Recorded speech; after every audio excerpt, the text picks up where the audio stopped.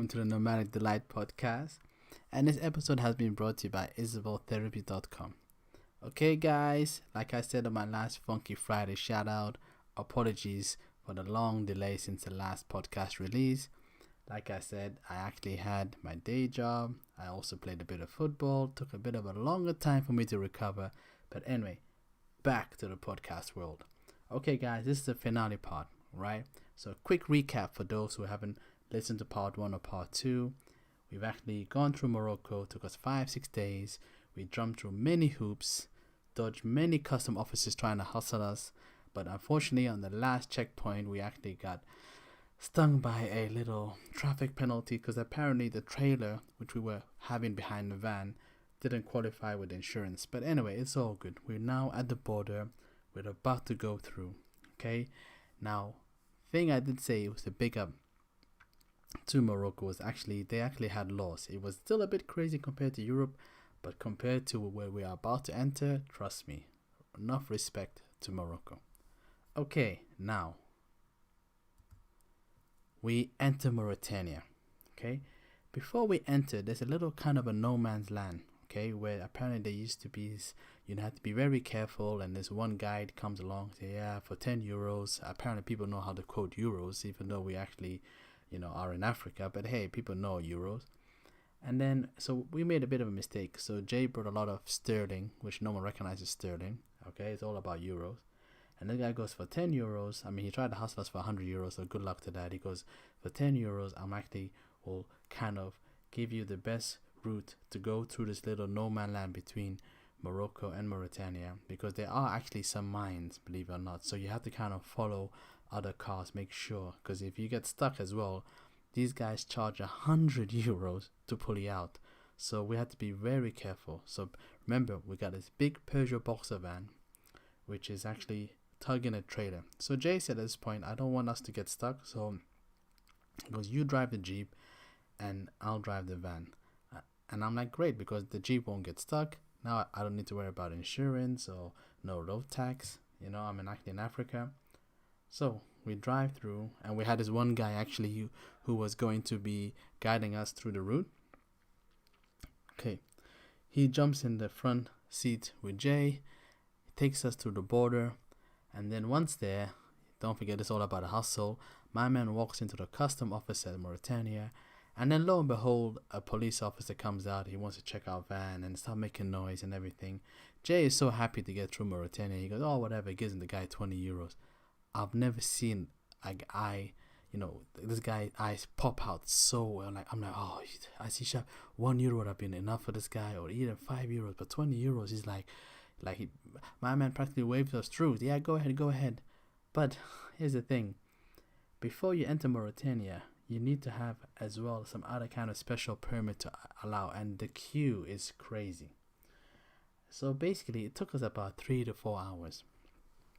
We finally got through. At this time, it's like nearly 5-6 in the evening. It's getting dark, and we need to drive to the main city, which is called Nouakchott. Okay, for those who don't know about Nouakchott, let's just say I never heard of it until I actually been there. I do know that many years later, a company I was working for, which is now Starwood, which has now been bought out by Marriott, actually was going to open up a hotel. And I told him from the get-go, yeah, it's okay. There's no need. Anyone else can do that implementation. I don't need to do it.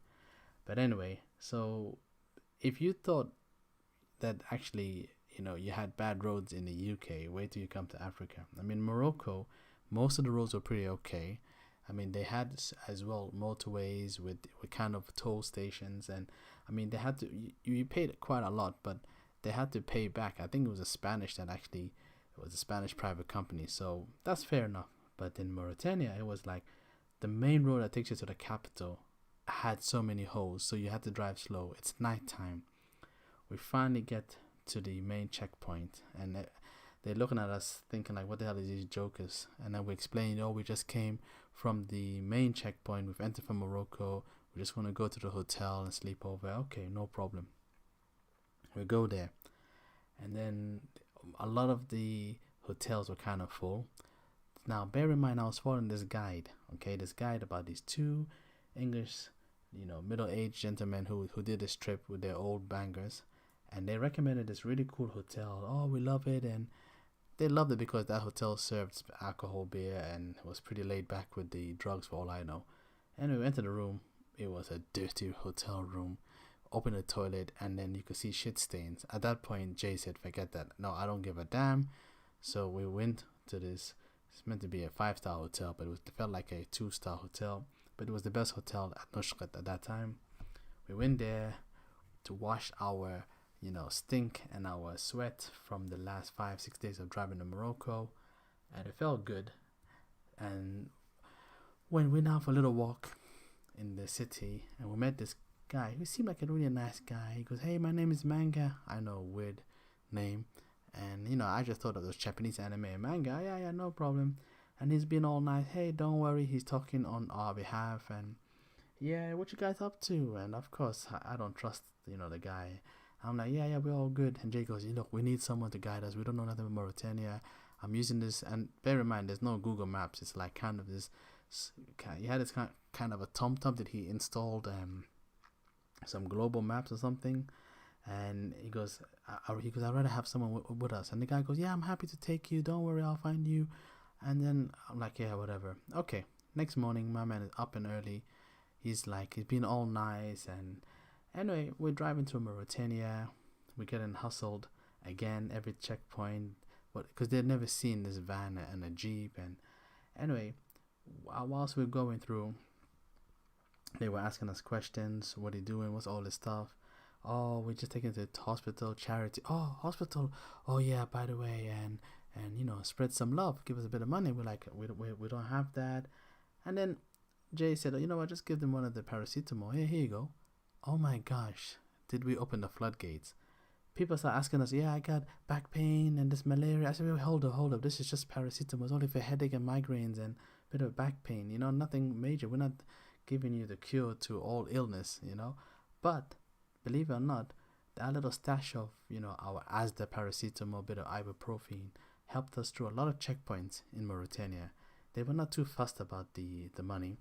I mean, they did tell me off a few times, because when I was speaking in my little Arabic, they go, "Oh, come on, you should speak better than Arabic than I. You're originally from Somaliland." I go, I know, but we don't actually speak Arabic as a language. It's just an added bonus if we do. We have our own language.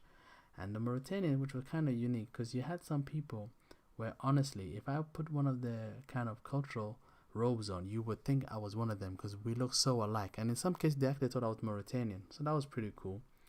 Anyway, no, let's not forget, we got this dodgy geezer called Manga in the van with us. He's all friendly, and every time we come to a difficult checkpoint where there's like soldiers, he's like, "Oh, don't worry." And I'm thinking, hold up, what is he telling them? He's promising them, "Don't worry, man, I got these guys," or something. Anyway, finally got to the border of Mauritania and Senegal. And then the guy turns around and starts saying, "Oh, I need to go, but I have a good friend and he will take care of you." This guy looked dodgy. I mean, already Manga had some suspicion, a bit of a suspicion about him, but this guy, he was like shifty. Yeah, moving fast. "Okay, first we need insurance." I mean, hold up, mate, this is Africa. No, insurance, Senegal. Made us go pay like, I think some 50 euros.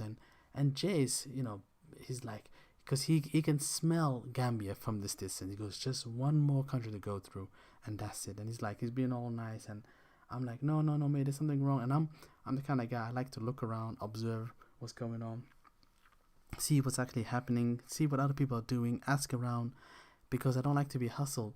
But Jay, now at this point, he's like, he's survived Morocco, he's survived Mauritania. He just want to be in Gambia. That's all he's thinking about. And I'm just thinking, look, let's not get hustled here, okay?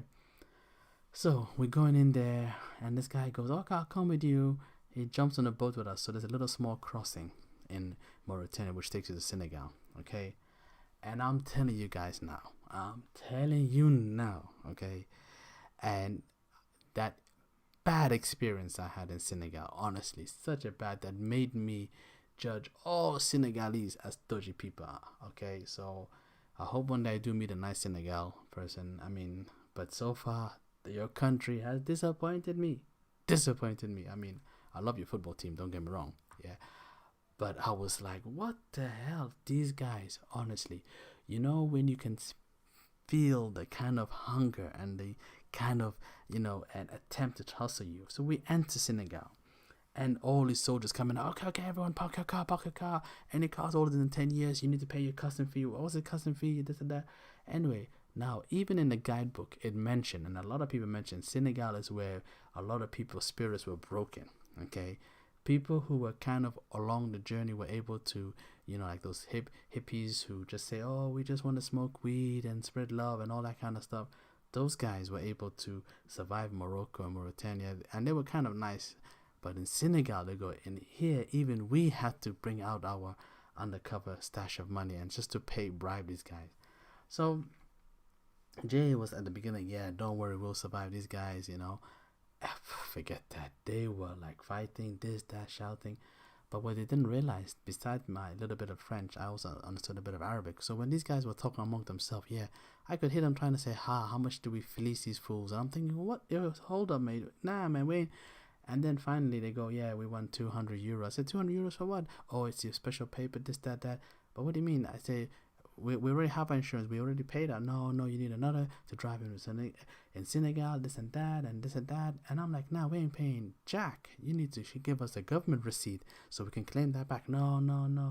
And then they go, well, you're going to stay in your van. And this is, bear in mind, we've driven the whole day in Mauritania and we've arrived in Senegal. It's getting dark and you don't want to be driving in Africa at nighttime. Mosquitoes are coming in. Jay at this point says, forget it. Without swearing, I was nearly close to swearing. He goes, forget it. I am going to stay in this place one moment longer. He goes, just pay the money. They practically took us like kind of, like highway robbery to a cash machine where I had to take some money out. And this is one of the reasons why I actually fell out with Jay, because by the end of this trip, I was freaking broke, but, to the tune of nearly £1,000. And let's just say I'm still waiting for that, but it's okay. I leave it to the hands of God for that one. Okay, so we go take the 200 euros out, pay these bribesters, these hustlers. And the worst part about it, is that we're like, okay, can we go? Oh, no, you need a police escort. What do you mean I need a police escort? Well, the fee that you've paid allows you to drive this guy that takes you. Okay, where's the police escort? Oh, you need to go wait at this place. And then I come and the guy go, oh, you just missed the guy. So what do you mean I just missed the guy? He's taking people already. Well, we paid for this. No, you need to stay here for 2 days. And wait, how come it takes 2 days? No, you know what? Okay, so we're now really getting fed up. Everyone who's looking at us sees us as like walking turkey. We're just walking money back to these guys. And I'm thinking, how can you be ruthless to your own brother? Okay, but hey, that's when I realized, Senegal, you guys, hustlers. Anyway, at this point, Jay starts talking about he's gonna contact the wife of his best friend who lives in Gambia, and apparently her father is some kind of big holy man. All I see is, whilst he's talking to me in English, these guys, even though they pretend they speak in English, and they just say, oh, we only speak French. I see the guy listening, and then Jay's like, at this point, I'm gonna call him. Let this holy man call and give them a curse for all the people we came across in Senegal. All I know, the police officer go, you know what, there's no point of you guys waiting here, and just take this, your key, and he give my name and just go on, leave. And I'm thinking, hold up, are you telling me just a mention of a holy man is gonna? And I realized how superstitious these guys were. Okay, so they allowed us to go. So we've left the border, and we're just driving to the city to try and actually spend the night before we actually hit the road. Now, of course, we arrived so late, there's nothing open. We slept in the car at a petrol station, because don't forget, we got this big van, it's got a Jeep, so we got to be on standby. That was the worst night. That's when I realized, forget this whole nomad trip. I need to get back. We've only had 3-4 hours sleep. We can't really sleep properly because Senegal looked like a bunch of thieving country. But hey, so we were like doing night guard shift. He slept for the first hour, and we're constantly watching our back, because they're trying to give us, because we were now technically illegal in a country without any police escort, without any paperwork. And so we were like, okay, what do we do? Do we wait? It was in this small city next to the border, and for this police escort, and then, or do we just simply take the risk? So next morning we're like calling the guy, okay, and this guy said, oh, here's my name, call this number and this guy will come meet you. Then again, same thing. Oh, who's this, that? No, he's not here.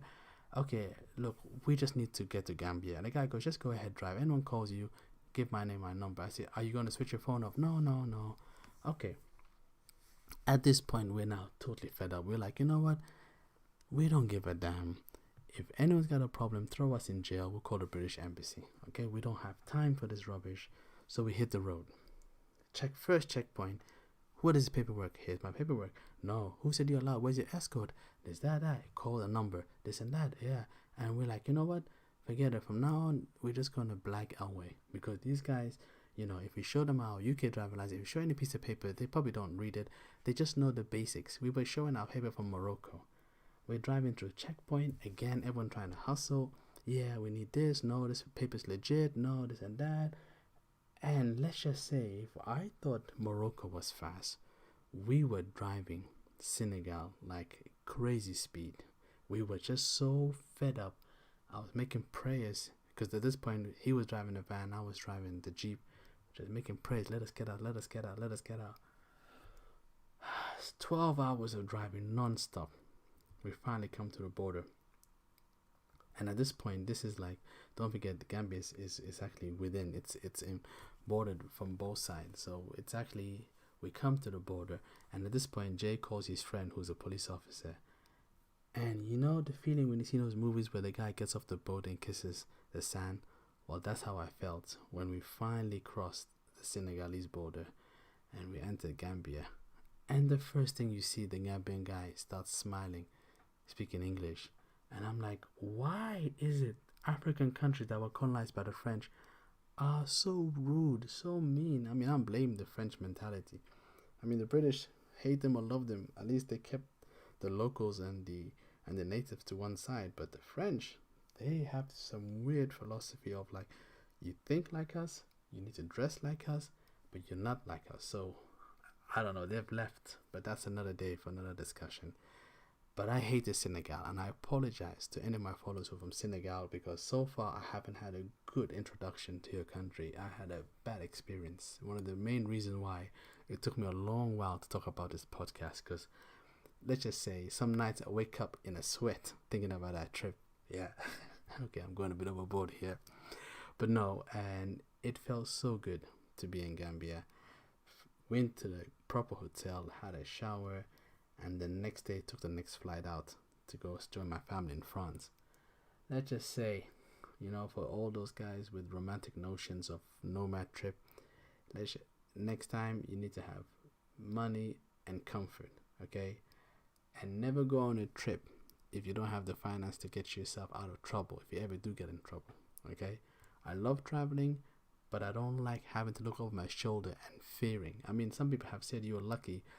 In Mauritania, there were some people who could have easily just captured you and treated you as a slave. I know it sounds a bit overboard, but really, it was let's just say, an harrowing trip in that sense, but it had to be done. So, that was my trip from UK to Gambia. I don't recommend it anymore. I don't recommend it to anyone.